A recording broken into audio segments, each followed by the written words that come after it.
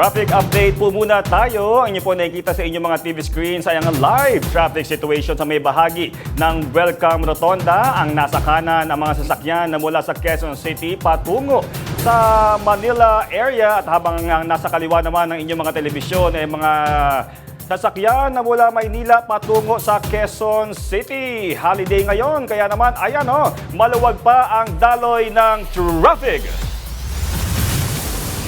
May 1, Webes Labor Day, araw ng pagpupugay sa kontribusyon at sakripisyo ng mga manggagawa.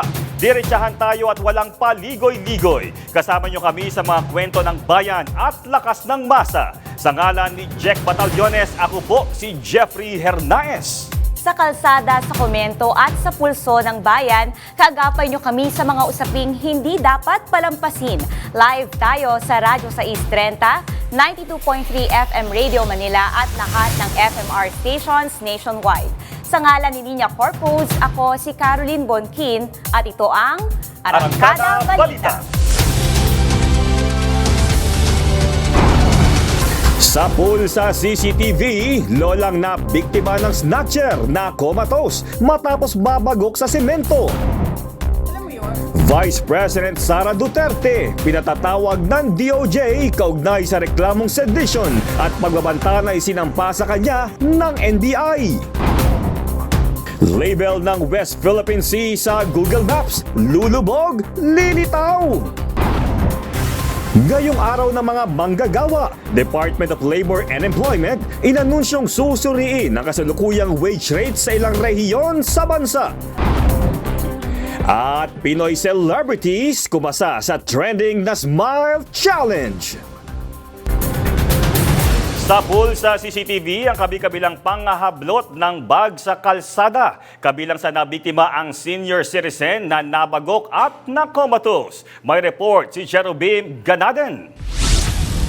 Naglalakad ang nakapayong na babae na yan sa Valencia City sa Bukidnon nang biglang dumating ang lalaking nakamotor at hinablot ang bag na dala ng babae. Sa lakas ng pagkakahila, napaikot at natumba sa semento ang biktima. Humarurot naman sa pagtakas ang snatcher kahit hindi nito natangay ang bag. Agad na dinala sa ospital ang babae. Ayon sa mga otoridad, nabagok sa semento ang 72 taong gulang na biktima. Dahilan kaya nakomatose siya. Nasa ICU pa rin ang biktima. Habang kinakalap na ang kuha ng mga CCTV sa lugar para matuntun ang salarin. Hinuyog ng taong bayan ang dalawang lalaki sa gitna ng kalsada sa San Nicolas, Cebu City. Snatcher daw kasi sila. Hinablutan nila ng bag ang isang babae pero nabawi rin sa tulong ng taong bayan. Sa huli, sa kulungan ang bagsak ng mga suspect. Cherubim Ganaden, umaarangkada sa pagbabalita. Sugatan sa pamaril ang isang kandidato sa pagka-board member sa Davao del Norte. Inaalam pa ng PNP kung election-related o personal ang motibo sa krimen. Yan ang umaarangkadang balita ni FMR News Davao Correspondent Hernel Tokmo. Isinugod sa Tagum Doctors Hospital ang 43 taong gulang na si Audrey Perez matapos barilin sa barangay Magugpo North, Tagum City, Davao del Norte, Martes ng gabi. Pauwi na sana sa kanilang bahay si Perez na kandidato bilang board member sa unang distrito ng Davao del Norte ng barilin. Agad na nagsagawa ng checkpoint ang pulisya sa posibleng daraanan ng salarin. Hindi pa malinaw sa pulisya kung isa itong insidente ng election-related violence o kung personal ang motibo. Nagawa ngayon ng ating follow-up investigation, pursuit operation for the arrest of the suspects dito sa shooting incident natin na ito. 5 basyo ng bala mula sa .45 caliber pistol ang nakuha mula sa crime scene. Si Perez ay kilala rin bilang executive assistant ni Davao del Norte 1st District Representative Pantaleon Bebot Alvarez. 1 milyong pisong pabuya ang inalok sa makakapagturo sa responsables sa pamamaril. Patuloy siyang nagpapagaling sa ospital. Hernel Tokmo, umarangkada sa pagbabalita. Itinago sa matubig na kangkungan ang bangkay ng isang dalagita sa Cagayan de Oro City. Inabot ng ilang minuto bago nakuha ang bangkay ng biktima nitong Martes. May sugat sa leeg ang dalagita, indikasyong siya ay tinaga ayon sa mga pulis. Nakita ang bangkay ng dalagita ilang metro lang mula sa bahay ng itinuturong sospek.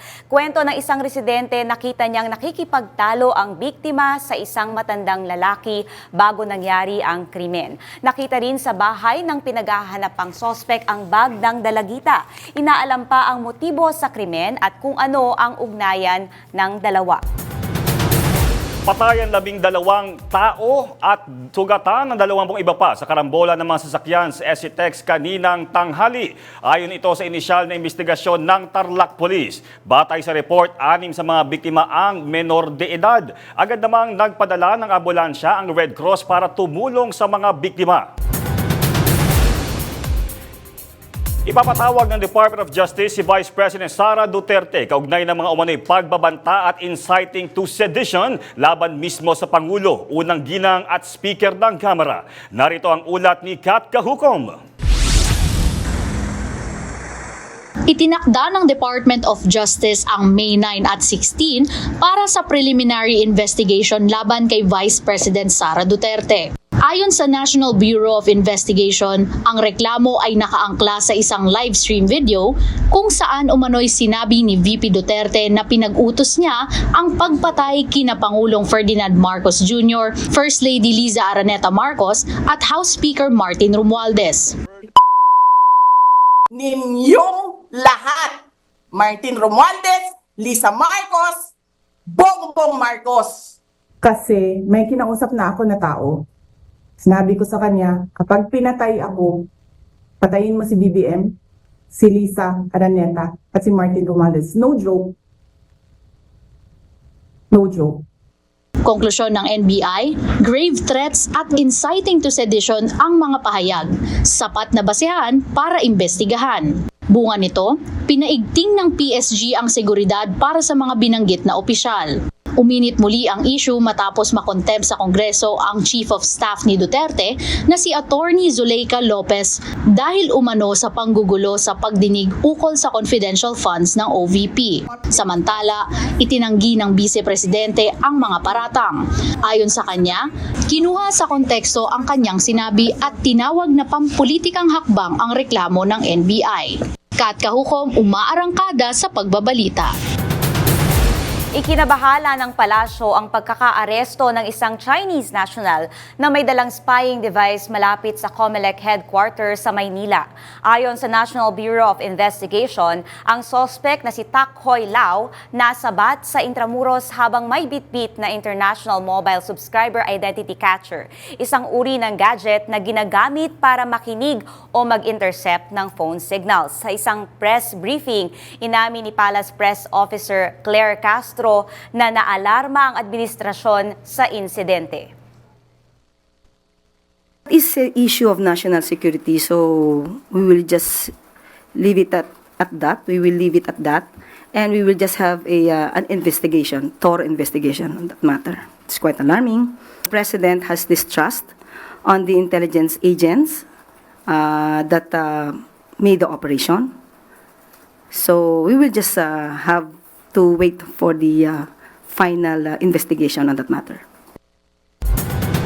Hiniling ng Lakas Christian Muslim Democrats sa NBI na imbestigahan ang pagkalat ng isang umano'y peking dokumentong tinawag na Oplan Horus na may pirma umano ni House Majority Leader Manix Dalipe. Binigyan diin ni Lakas CMD Executive Director Ana Capella Velasco na ang dokumento ay malisyoso, peke at may layuning sirain ang reputasyon ng Kamara. Gate ng partido, ito ay malinaw na kaso ng identity fraud, cyber libel at paglabag sa Cybercrime Prevention Act of 2012. Hiling nila sa NBI tukuyin ang utak ng peking dokumento at magsampa ng nararapat na kaso laban sa mga responsable.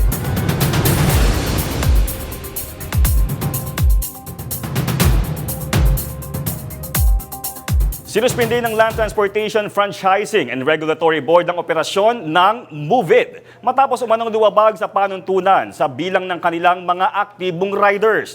Ayon sa LTFRB, bagamat pasok sa 15,000 rider cap ang kasalukuyang 14,000 riders ng kumpanya, hindi umano isinama sa bilang ng MOVIT ang mga ulat ng reactivation at deactivation ng mga riders. Isang teknikal na detalye pero labag sa alituntunin ng ahensya. Maghahain ng motion for reconsideration ang kumpanya habang nagbabantang maglunsad ng kilos protesta ang grupo ng mga riders sakaling hindi sila mapagbigyan sa apela.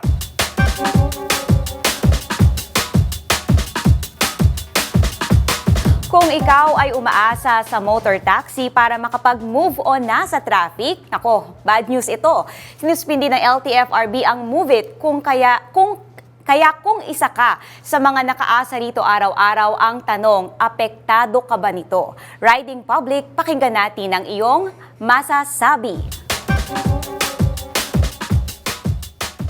As a commuter po, opo, mas mabilis po pag motorcycle po talaga yung ginagamit. Less hassle po sa biyahe, makakalas ka po sa traffic. Mahirapan po ako mag-commute since night shift po ako as a call center. Kapag may move-it po siya, tapos inalis pa, imbis na pagdali na po yung work ko, malilate po ako, magkakos pa po ng delay yung sa sked ko po. Opo, as a commuters po, ginagamit ko po siya lalo na po pag pumapasok po ako ng trabaho. Particularly po sa BGC. Ang hirap po kasi ng pagsakay dun sa BGC. Nanghihinayang din ako. Katulad ko, pag ako minsan nagmamadali, may client ako, nag-move it ako. Opo, kasi wala tayong pangpakain sa pamilya. Mahirap yan, dapat ayusin nila. Yes po, kasi po yun lang po yung hanap buhay namin. Wala po kaming regular na trabaho eh. Dapat po may note po sa amin bago po suspindi para handa naman po kaming... Yes po sir, apektado talaga kasi ito lang po talaga yung hanap buhay ko eh. Hindi naman po ako makapasok na rin sa ibang kumpanya. Kung asawa ko, manganganak pa, lalo na ngayon. Mahirap po talaga. Lulubog, lilitaw. Ganyan ang kapalaran ng label ng West Philippine Sea sa Google Maps. Nawala, nag-ingay ang publiko at ngayon muling lumitaw. Narito ang report ni Ryan Paraboles.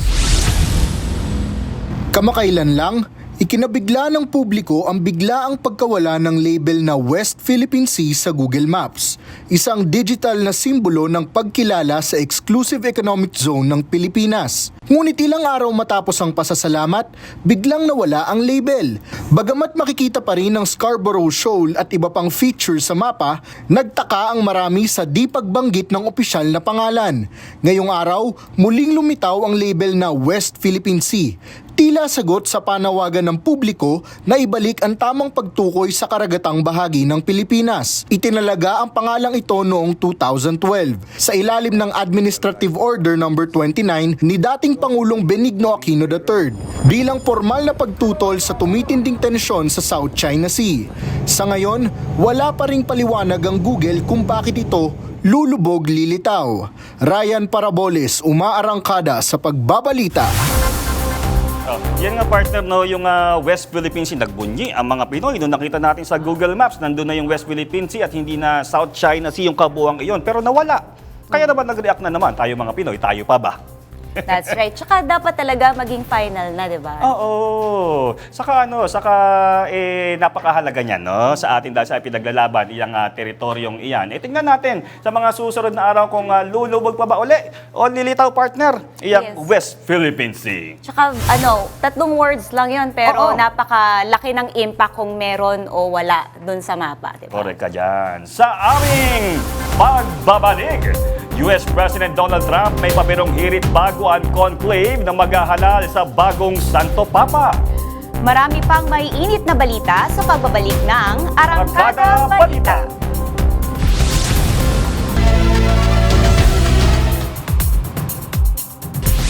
Dalawang traffic enforcers na ang naitalang patay dahil sa matinding init ng panahon sa Iloilo City. Unang binawian ng buhay si Lester Paul Duran na ilang araw na ospital bago namatay. Sinundan ito ni John Tulio Jr. na 4 na araw na comatose bago namatay dahil sa heat stroke. Dahil dito nagpatupad na ng heat stroke break ang lokal na pamahalaan mula alas 9 ng umaga hanggang alas 3 ng hapon para sa lahat ng traffic enforcers. Sumama na ang Presidential Task Force on Media Security sa Philippine National Police sa pagsisiyasat sa pagpatay sa veteranong mamamahayag na si Juan Johnny Dayang. Tiniyak ng task force na kaisa ang DOJ, NBI at PNP sa pagsusumikap na maresolba ang kaso sa lalong madaling panahon. Agad din silang nakipagpulong sa local media sa Aklan para sa kaso. Nitong Martes ng gabi pinasok ng salarin ang bahay ni Dayang sa Kalibo, Aklan at pinagbabaril ang veteran journalist. Naisugot pa siya sa ospital pero idineklarang dead on arrival. Si Dayang ay dating kolumnista sa balita ng Manila Bulletin at Tempo at minsang nagsilbing mayor ng Kalibo, Aklan. Isang matapang na pahayag ang lumutang mula sa kampo ni Vice President Inday Sara Duterte. Ayon sa kanya, kumpleto na raw ang ebidensya para ma-impeach si Pangulong Ferdinand Marcos Jr. Recorded, well-documented. Mabigat daw ang articles of impeachment. Pero ang problema, kulang sila sa bilang sa Kongreso. Actually, sir, tinuod na. Impeachable offense no ilahang gibuhat kay PRD. Yes! Yes! That is a betrayal of public trust. Mo nang kanang ginaingon nimo nga impeachable offense, tama gina siya, sir. Yes. Siya dapat ang i-impeach. Sayahang gibuhat kay President Duterte. Mainit ang birada sa harap ng madla. Nagbitiw ng salita si VP Sara na ikinasama ng loob ng pamilya Abante. Panoorin natin. Actually, sir, tinuod na. Impeachable offense no ilahang gibuhat kay PRD. Yes! Yes! Ngayong gabi makakausap natin si Attorney Princess Abante, anak ni Congressman Benny Abante ng 6th District ng Maynila matapos umanong bastusin ang mambabata sa isang pampublikong pagtitipon. Magandang hapon po, Attorney Princess. Magandang hapon po. Attorney Princess, nung napanood niyo po yung naganap po doon sa kampanyang iyon, ano po ba ang inyong reaksyon? At ano rin po ang naging reaksyon po ng inyong pamilya? Siyempre, bilang anak, bilang taga-suporta dito sa aming congressman sa ika-6 na distrito ng Maynila at bilang pastor ko siya, miyembro ng aming simbahan, masyadong malubhang nasaktan din po kaming lahat, buong pamilya, pati din po ang aming mga constituents sa ika-6 na distrito ng Maynila. Ma'am, sa Attorney Abante, sa palagay niyo po ba may sadya po ba ito o may pinaghuhugutan? May naging history po ba kayo with Vice President Duterte? Well, sa personal na aspeto, wala naman na personal na pag-aaway. Marahil yung usapin doon sa Kongreso, unang-una yung hindi pagsagot ni Vice President Sara Duterte during the budget hearing ng Office of the Vice President at yung mga hearings patungkol sa Quadcom, yun lang naman, which is official capacity naman po yan ni Congressman Benny Abante kasama sa kanyang tungkulin ang mga tanong na nahiyain. So, hindi yan personal na atake o personal na galit laban kay Vice President Sara Duterte, pero ito kasama sa tungkulin niya to. Attorney, very curious lamang ako, no? Ano ba yung mismong may nasabi ba? Ano yung mismong naging reaksyon po ng inyong ama, ni Congressman Abante? Well, ang father ko naman po, hindi naman yan basta-basta pumapatol sa mga paninirang puri. Naging tahimik siya. Definitely, hindi naging maganda para sa kanya yung ganong klaseng pamumulitika. Tinuruan po kami ng aking ama na pagdating sa kampanya, lalong-lalo na para sa isang posisyon ng paglilingkod sa bayan, dapat plataforma, issues ang hinahain, hindi paninirang puri na sadya lang para mamahiya o manira. Kaya para sa akin, wala yang lugar sa kampanyahan. Dapat ang pinag-uusapan sa kampanyahan yung kaya mong gawin para sa mga mamamayan na pamumunuan mo, ano yung mga programa at serbisyo na mailalatag mo, at kung ano man yung posisyon na tinatakbuhan mo, ay ano yung magagawa mo dun sa posisyon na yon. Bilang kongresista, pwedeng maihain yung mga legislative measures na pwede mong i-advocate, mga services, pero yung mga pamamahiya, wala yung lugar sa pamumulitika dapat dito sa Maynila. Sa puntong ito, meron po ba kayong mensahe na gustong iparating kay Vice President Sara? Wala na po. Sabi ko na yung kailangan ko sabihin. Hindi naman na kailangan para paulit-ulitin po yun. Attorney Princess, syempre kayo po ay isang abogado. Meron po bang may legal moves po bang gagawin ng inyong pamilya? O ano pa ba ang inyong magiging sagot pa dito sa nagawa po ni VP Sara? Well, sa ngayon po, hindi naman po namin yan iniisip. Kami po ay patuloy po nakafocus sa aming distrito. Nakafocus po kami sa aming mga constituents. Hindi po kami nakafocus sa mga dayo o sa mga naninirang puri lamang. Yun po ang aming tinututukan ngayon. Alright, maraming... Ayun, message daw po kay VP Sara. Attorney, meron pa ba? Wala na po ako mensahe, nasagot ko na po. Nasabi ko naman na yung gusto kong sabihin. Wala na po akong ibang mensahe. Ayan, maraming salamat po, Attorney Princess Abante, sa pagtanggap po ninyo sa aming tawag. Hanggang sa uulitin, thank you po. Thank you. Isang matinding show of force ay pinakita ni Speaker Martin Romualdez para sa senatorial lineup ni Pangulong Marcos. Mahigit 100 mambabatas ang pinakilos para magsanib puwersa, layong isulong ang buong tiket ng alyansa para sa bagong Pilipinas. Narito ang report ni Angela Babad. They have been determined to be the best partners.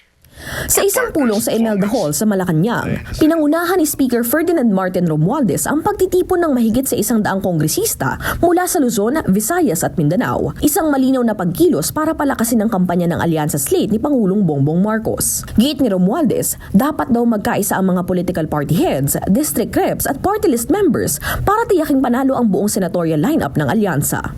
We all pulled together for the Allianza slate of the President. They are the partners that the President has chosen with the alliance of the political party heads, and that they have been determined to be the best partners. Our partners in Congress, they in the Senate and we in the House, to propound, to propel, and to lead our country into peace, stability, and prosperity.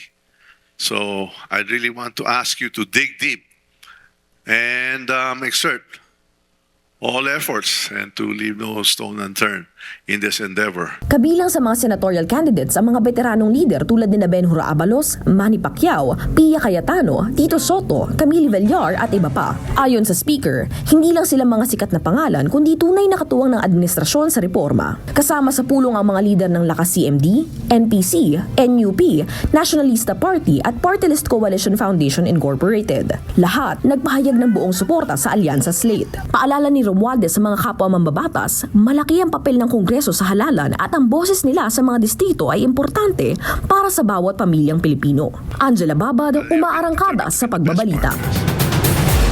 Umangat ang tiwala ng publiko sa House of Representatives at ito'y iniuugnay sa pamumuno ni Speaker Ferdinand Martin Romualdez. Batay sa pinakabagong Tangeres Survey na isinagawa noong April 21 hanggang 22, nakakuha ng 55% satisfaction rating ang Kamara, ang pinakamataas sa lahat ng sangay ng pamahalaan. Ayon kina Deputy Majority Leader Paulo Ortega at Assistant Majority Leaders J. Kong Hoon at Zia Alonto Adjong, sumasalamin ito sa epektibong pamumuno ni Speaker Romualdez. Git nila ang Kamara ngayon ay tinig ng tunay na reforma sa pamamagitan ng mga programang gaya ng ayuda sa Kapos ang Kita program o AKAP na nakarating sa milyon-milyong pambilyang Pilipino. Inilunsad na ng Department of Agriculture ang 20 pesos per kilong bigas sa Cebu sa harap ng pagdiriwang ng Labor Day. Pinangunahan ni Agriculture Secretary Francisco Chu Laurel Jr. ang rollout ng KNP 20 o katuparan ng pangakong 20 pesos na bigas na katuparan umano ng kampanya ni Pangulong Marcos noong 2022. Sa ilalim ng pilot program, mahigit 800,000 households sa Visayas ang inaasahang makikinabang hanggang hanggang Disyembre. Target itong tulungan ang mga mahihirap kabilang ang mga senior citizens, PWDs, solo parents at 4Ps beneficiaries. Limitado sa 30 kilos ng bigas kada buwan ang maaaring bilhin ng bawat kwalipikadong pamilya sa subsidized rate na 20 pesos kada kilo.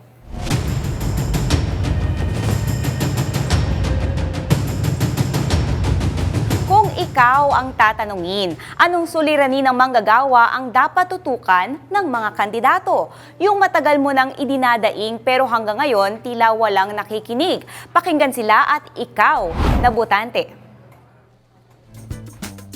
Private employees na magkaroon kami ng sapat na sahod. Unahin yung pagtaas sa sweldo ng mga manggagawa. Dapat wala ng provincial rate, dapat pare-parehas. Pagtaas ng minimum wage kasi matagal-tagal na rin hindi nasusulunan yun. Tapos tumataas na rin yung bilihin sa Pilipinas. Pagtaas ng sahod, yung minimum wage today is not enough for the workers. Minimum wage po dapat po taasan na siya. Ngayon po sobrang taas na po kasi ng mga bilihin. Feeling ko di na po siya enough. Dapat iparehas nila yung sahod sa probinsya, yung manggagawa sa probinsya at saka sa Manila. Yan lang po ang hinihiling namin. Sisimulan na bukas ng Commission on Elections ang final testing at sealing ng mga vote counting machine. Ayon kay COMELEC Commissioner George Erwin Garcia, isasagawa ito sa lahat ng presinto sa lahat ng bansa. Anya, layunin nito na patiyak na gumagana ng maayos ang mga makina bago pa ganapin ang halalan. Sa aming pagbabalik, sa pool sa video, rider sumemplang matapos sipain ng kapwa rider. Marami pang may init na balita sa pagbabalik ng Arangkada Balita.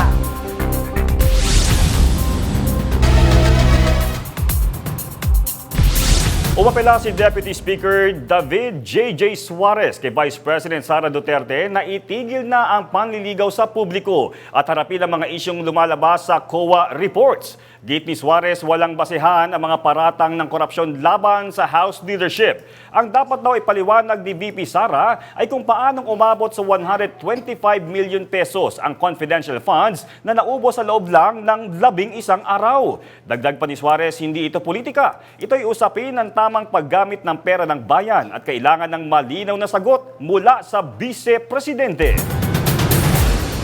Sa pagdiriwang ng Araw ng mga Manggagawa, nangako si Pangulong Ferdinand Bongbong Marcos Jr. na magpapatupad ng mga konkretong hakbang para tugunan ang pangangailangan ng mga manggagawa at kanilang mga pamilya.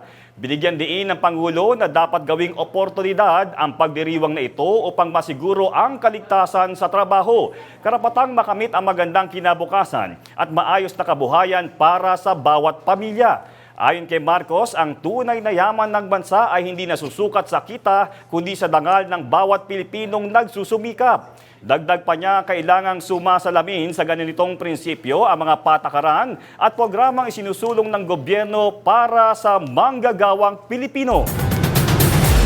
Sa araw mismo ng mga manggagawa, inanunsyo ng Department of Labor and Employment na sisimula na ang review sa mga minimum wage rates sa ilang rehiyon ng bansa ngayong buwan ng Mayo. Ayon kay DOLE Assistant Secretary Patrick Patriwariwan Jr., ito ay alinsunod sa direktiba ni Pangulong Ferdinand Marcos Jr. na muling suriin ang kasalukuyang wage rates para matugunan ang pagtaas ng gastusin ng mga manggagawa.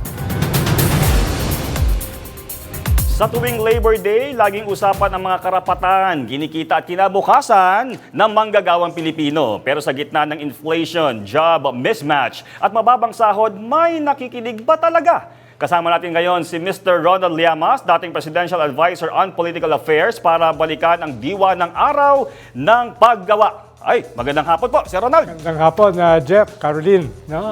Happy Labor Day. Ayun, at sa inyo rin po. Lahat tayo manggagawa. Pero Sir Ronald, di ba, kapag Labor Day, lagi na lamang may rally sa kalsada, no? Merong mga nagdadala ng mga placard, merong mga nag-iingay. Epektibo pa ba ito? Well, ang problema dito sa mga Labor Day celebration natin, parang nagiging ritual na lang. Nawawala na yung sustansya.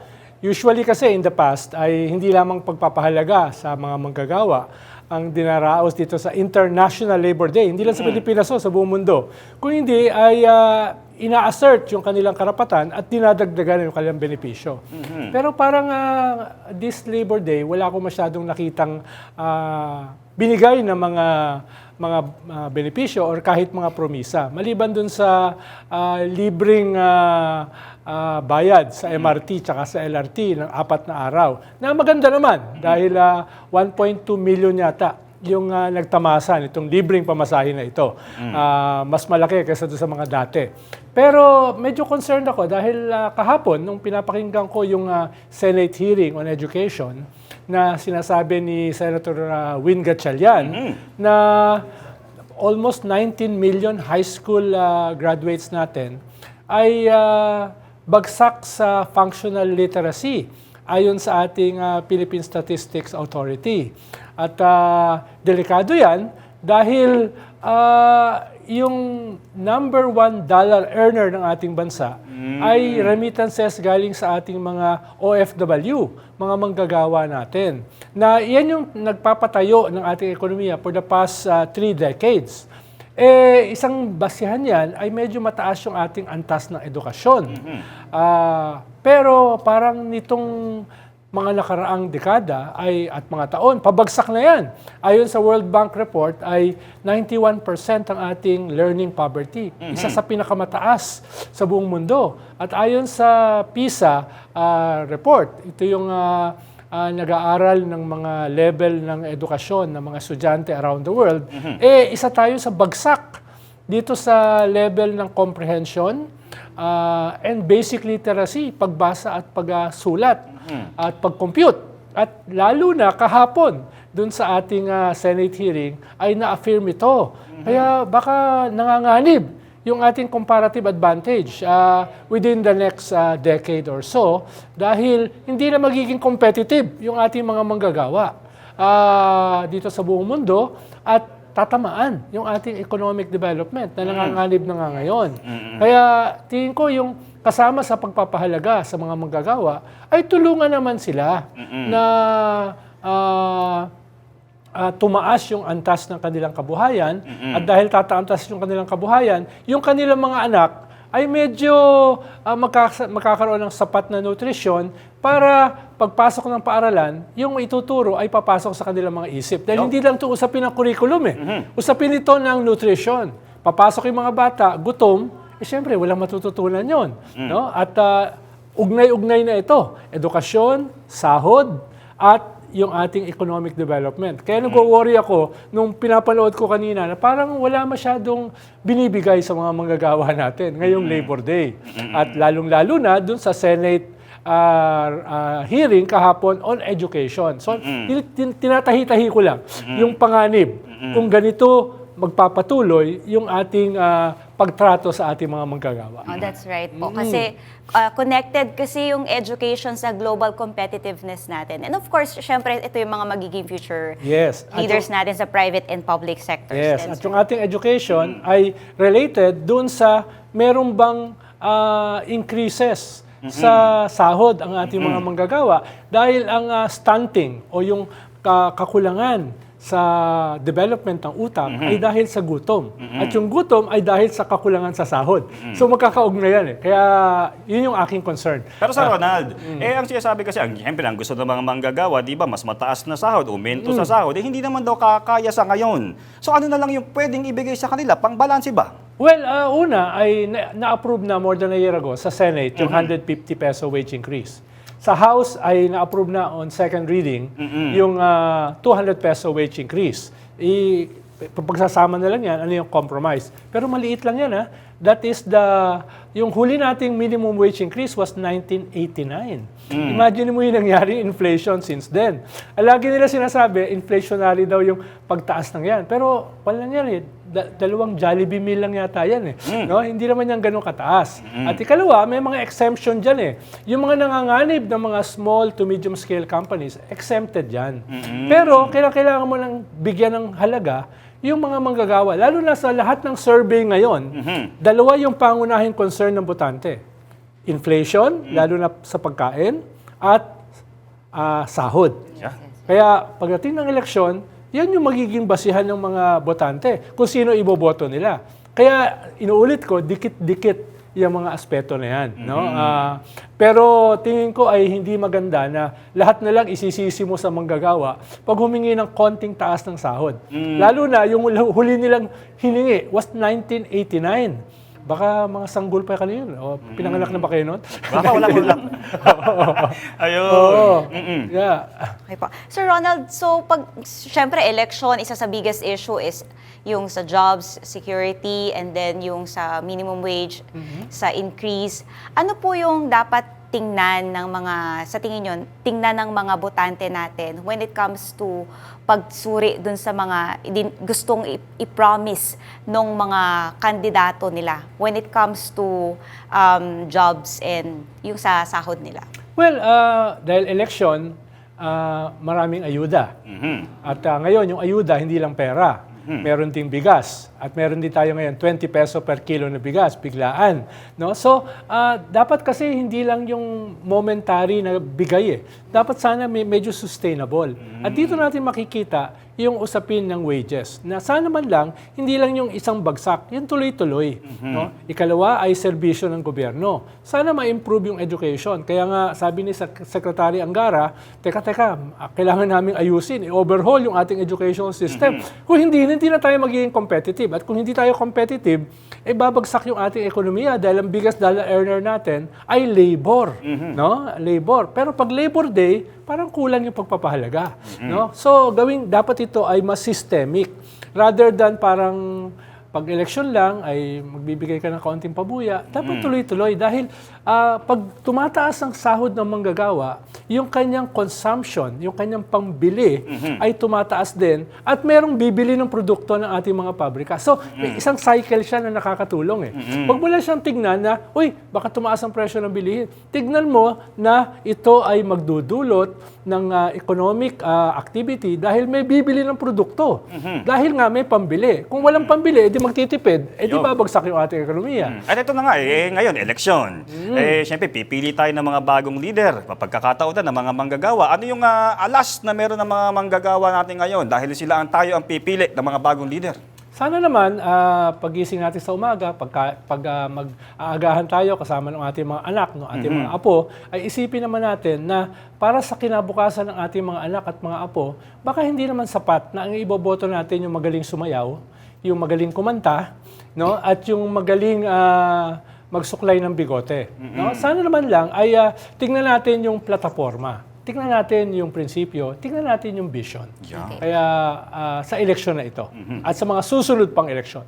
Sa konteksto naman po ng eleksyon, gaano po kahalaga na mapakinggan at kilalanin ng mga kandidato yung mga tunay na issue ng mga manggagawa? Kasi tuwing halalan, paulit-ulit nating naririnig yung mga promise sa pagtataas ng sahod, di ba po?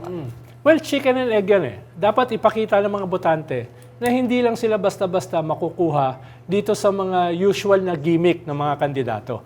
Para yung mga kandidato ay titignan din ano ba talaga yung kailangan nila. No? So, ganun . Kailangan makita ng mga kandidato, hindi na sila basta-basta iboboto kung sila ay magaling lamang kumembot, no? Or magturumpo. No? Kailangan makita rin na meron silang ino-offer. At the same time, dapat magpakipot din yung mga botante. No? Sige, tanggapin niyo yung ayuda, tanggapin niyo yung mga binibigay sa inyo, pero wag necessarily iboto yung nagbibigay. Iboto niyo yung merong sustansya ang promisa o gustong gawin para sa kanila at sa kanilang mga magiging mga anak. Yun. Okay, maraming salamat, Sir Ronald, sa inyong oras. Thank you so much. Anytime. Happy Labor Day again. At sana, sa susunod na Labor Day, mas bigyan naman ng sustansya yung Labor Day celebration. Yan. Thank you, Sir Ronald. May trabaho nakahanda para sa mga naghahanap. Ito ang hatid ng Department of Labor and Employment sa pagdiriwang ng Araw ng Paggawa. Ayon sa DOLE, mahigit 250,000 na trabaho ang inaalok ngayong araw sa 69 job fair sites sa buong bansa. Layo ng job fair na mabilis na makahanap ng trabaho ang mga Pilipino at tugunan ang lumalaking demand sa iba't ibang industriya, lokal man o overseas. Para sa mga interesado, hinihikayat ng DOLE na dalhin ng updated resume at valid IDs para sa mga on-the-spot interviews at hiring. Halos 6 na milyong Pilipino ang basically illiterate o hindi marunong magbasa, magsulat at umintindi ayon sa survey ng Philippine Statistics Authority o PSA. Nasa 19 na milyong nagtapos naman ng junior at senior high school noong 2024 ang hindi marunong magbasa at umintindi ng simpleng kwento. Narito ang report ni Angela Babad. Sa pagdinig ng Senate Committee on Basic Education, ibinahagi ang paunang resulta ng 2024 Functional Literacy, Education and Mass Media Survey ng Philippine Statistics Office. Lumabas na 5.8 milyong Pilipino ang basically illiterate o hindi marunong magbasa, magsulat at magkwenta. 24.8 milyon naman na may edad 10 hanggang 64 ang functionally literate o marunong magbasa, magsulat at magkwenta pero hindi naiintindihan ng kanilang binabasa. Pero mas nadismaya si Senator Sherwin Gatchalian dahil lumabas na halos 19 na milyong nagtapos sa junior at senior high school noong 2024 ang hindi nakakabasa at nakakaintindi ng simpleng kwento. Ayon sa PSA, 79% lang ng mga nagtapos sa senior high school sa ilalim ng K-12 curriculum ang functionally literate. Sabi ni Gatchalian, napakahalagang bigyan pansin ito ng lokal na pamahalaan. Kailangan aniyang tugunan ng problema sa illiteracy gamit ang sarili nilang pondo o kaya'y humingi ng suporta mula sa pondo ng national government. Angela Babad, umaarangkada sa pagbabalita. Graduate na pero hindi pa rin nakakaintindi ng simpleng kwento. Yan ang nakakabahalang lumabas sa bagong survey ng PSA at ayon kay Senator Sherwin Gatchalian, hindi ito katanggap-tanggap. Makakausap natin ngayon live via Zoom si Senator Sherwin Gatchalian. Magandang gabi po, Senator. Magandang gabi at good evening sa ating mga televiewers. Senator, nakakagulat po yung numero, no? Paano po tayo napunta sa ganitong sitwasyon kahit na may K-12 na tayo? Nakakagulat talaga at mas nakakagulat na maraming estudyante, 19 million ang bilang, na nag-graduate ng senior high school pero hindi nakakaintindi ng simpleng storya. Dapat basic ang functional literacy. Ang ibig sabihin ng functional literacy, marunong ka magbasa, marunong ka magsulat, marunong ka magbilang, at naintindihan mo. At hindi ka dapat payagan mag-graduate ng senior high school kung hindi ka nakakaintindi dahil hindi ka makaka-apply sa kolehiyo o hindi ka makakahanap ng trabaho. Pero maraming nakakalusot sa sistema natin at yan ay nakakabahala dahil pag naka-graduate na sila, malamang hindi na sila babalik sa pag-aaral. Ano po kaya yung nakita nyo na naging problema at saang parte ng sistema, sa education system, nagkaroon ng problema? Bakit nakapasa sila? Bakit sila nakagraduate na hindi naman angkop yung kanilang reading or writing comprehension? Ito ay naging problema na ng tingin ko matagal na eh. No? At meron kasi sigurong pailan-ilan na mga estudyante dahil na rin siguro sa awa o dahil na rin siguro ayaw pahirapan ng estudyante, pinapag-graduate nila at pinapapunta sa susunod na baitang at eventually nakakapagtapos ng high school nang hindi po nakakaintindi ng storya. Nakita ko yan in our EDCOM mga visitation, mga fieldwork. Meron ako na enkwentro na 15 years old na siya pero hirap pa rin siya magbasa ng simpleng storya, hirap pa rin mag-compute, mahirap magkwenta ng mga simpleng mathematical equations. Kaya nakita ko yan with my own eyes na marami talaga tayong mga estudyante na pinapalampas na lang at nakakaakyat sa susunod na baitang nang hindi marunong magbilang at hindi marunong makaintindi. At yan ay nakakabahala dahil nga pag nag-graduate na yung estudyante na yan, ay hindi na siya babalik sa pag-aaral. Senator, ayan, meron na nga tayong K-12, no? At iba't iba pang mga programa para po sa edukasyon. Pero ganito pa rin ang atin pong sitwasyon sa ENGSA ngayon. Ano po yung nakikitang solusyon po ninyo, Senator, para kahit papano maging mas maganda pa rin ito nga kahihinatnan ng ating mga kabataan? Tatlong solusyon na nakikita ko ang dapat gawin immediately. At ako naman ay binibigyan ko ng pugay at commendation ng DepEd dahil umaksyon sila kaagad. Unang-una, hanapin kung sino itong mga bata sa eskwelahan na hindi pa nakakaintindi ng simpleng storya. Kahit na junior high school na sila, hanapin sila. At siguraduhin na mabigyan sila ng tutor, meron na tayong batas dyan, at siguraduhin na bago sila mag-graduate, meron silang bago sila mag-graduate, functionally literate sila. Ibig sabihin, nakakaintindi sila ng simpleng storya. Doon naman sa labas, kasi itong survey ng PSA, meron din itong na-capture rin ito, yung mga kababayan natin na hindi na nag-aaral. So hikayatin natin mga kababayan natin na hindi na nag-aaral na pumasok sa alternative learning system. Mag-aral sila muli. Dahil kung matututo sila magbasa, magbilang, at maging functionally literate, mas maganda yung trabahong makukuha nila. At pangatlo, yung mga local government units, napakahalaga ng papel ng mga lokal na pamahalaan dahil alam nila yung sitwasyon ng kanilang mga lugar. At itong survey na ito ay meron ng datos hanggang provincial level. Senator, alam naman natin, 'di ba, kulang ang teachers natin when it comes to teacher-pupil ratio. So paano po yung magiging sistema dun sa tutorial natin para ma-ensure na, para masiguro natin na talagang matututukan, na, lalo na mukhang napakarami nung kailangan na matutukan ng mga estudyante? Magandang tanong yan. Mayroon tayong bagong batas, yung Aral Bill, ang tawag namin dito, accessible learning, accessible and recovery learning bill, no? Aral Bill. At itong Aral Bill ay pinapayagan ng DepEd na kumuha ng mga tutors sa pre-service dun sa mga nag-aaral pa sa kolehiyo. For example, nag-aaral ka para maging teacher. Pwede ka nang kunin nila at gawin kang tutor. At yung oras na ibibigay mo bilang tutor, makikredit yan pag ikaw ay nag-apply sa DepEd. Pwede rin sila kumuha ng mga retired teacher na. No, pinapayagan na ang DepEd kumuha ng mga tutors, mga retired teachers. At gawin silang mga tutors at bayaran sila, bigyan ng compensation. So itong batas na ito, itong Aral Bill ay nakadesenyo para talagang bigyan ng kapangyarihan ng DepEd na kumuha ng tutor at bayaran ng mga tutor, no? Ibigyan ng insentibo para tumulong sila sa gobyerno. Senator, panghuling katanungan na lamang po, ano po inyong mensahe po, no, sa ating pong mga estudyante para ma-improve naman ang kanilang learning ability, pati na rin sa ating pong mga teachers? Ang mensahe ko sa ating mga estudyante, bawas-bawasan ng mag-TikTok at bawas-bawasan ng social media. Lumalabas sa pag-aaral ang isang bata, almost 4.5 hours a day ang ginugugol nila sa TikTok. So ibig sabihin, kung gising ka ng 16 hours, halos 1/3 ng oras mo napupunta sa social media. Imbes na mag-social media, magbasa na lang sila. At imbes na mag-TikTok, magbasa na lang sila at intindihin nila yung kanilang binabasa. Dahil sayang yung oras sa social media. Maraming ubos ang oras sa social media at nakakalimutan na yung kultura sa pagbasa. Ayan. Ako yan bawas-bawas daw sa TikTok. Maraming salamat po, Senator Sherwin Gatchalian. Thank you, sir.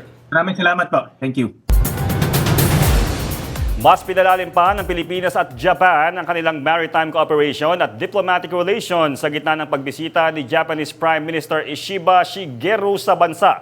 Kahapon, bumisita si Prime Minister Ishiba sa Philippine Coast Guard National Headquarters sa Port Area, Maynila, kung saan mainit siyang sinalubong ni Transportation Secretary Vince Dizon at PCG Commandant Admiral Ronnie Hill Gavan. Kasunod ng arrival honors, isinagawa ang vessel tour at arresting technique demonstration sa BRP Teresa Magbanwa, isa sa mga barkong gawa ng Japan para sa PCG. Nangako ang Japan na magbibigay ng karagdagang 5 97-meter patrol vessels sa Pilipinas. Ayon kay Admiral Gavan, malaki ang maitutulong nito sa pagbabantay sa ating exclusive economic zone.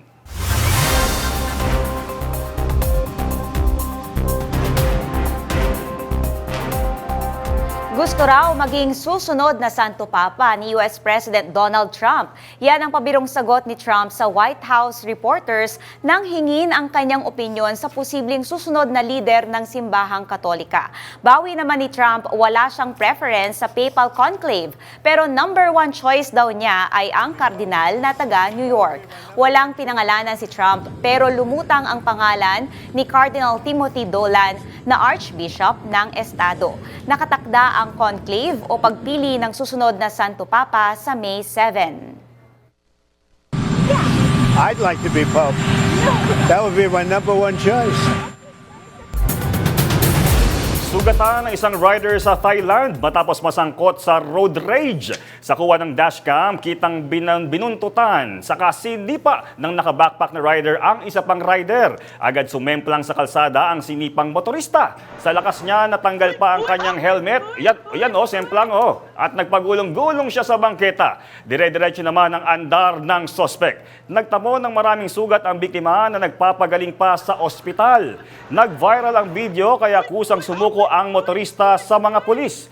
Paliwanag niya, nagalit siya sa kapwa rider nang mag-overtake ito. Nakakulong na ang nanipang rider at naharap sa patong-patong na reklamo.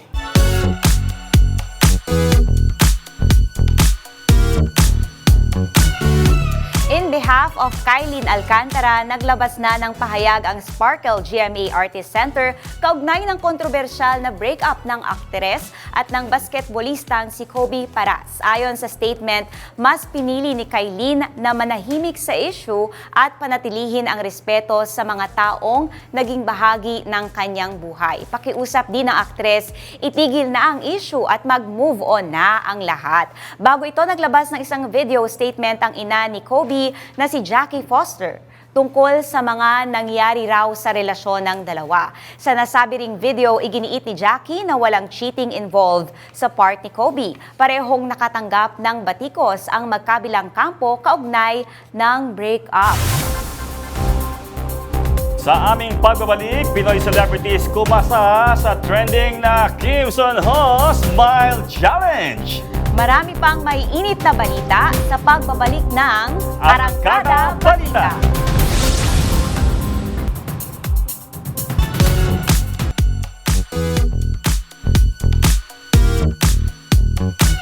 In his new era of being happy and at peace, ganyan inilarawan ng incognito star na si Daniel Padilla ang kanyang buhay at age 30.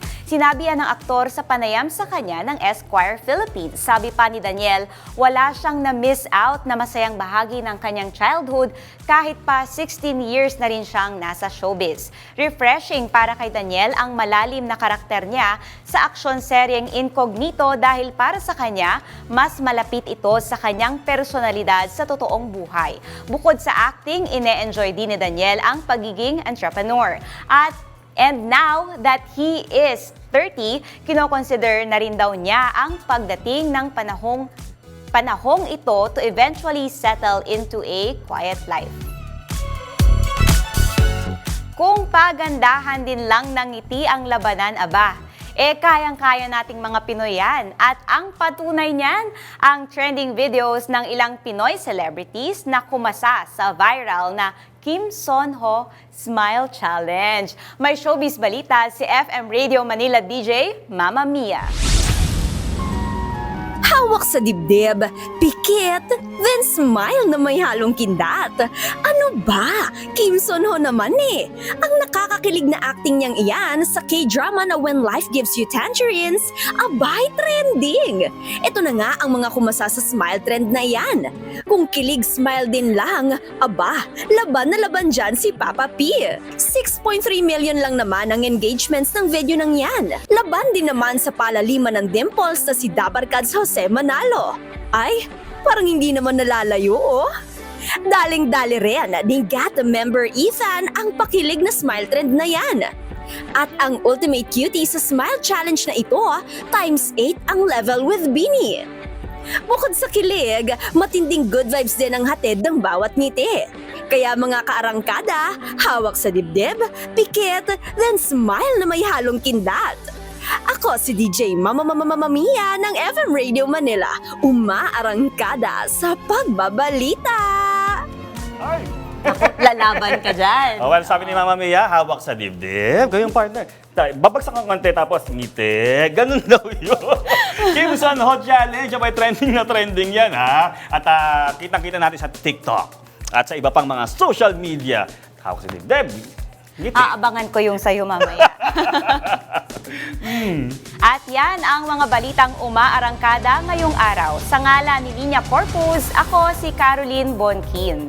At sa ngalan po ni Jack Batallones, ako po si Jeffrey Hernaez para hindi mahuli sa usapan. Kapit lang hanggang sa susunod na Arangkada Balita.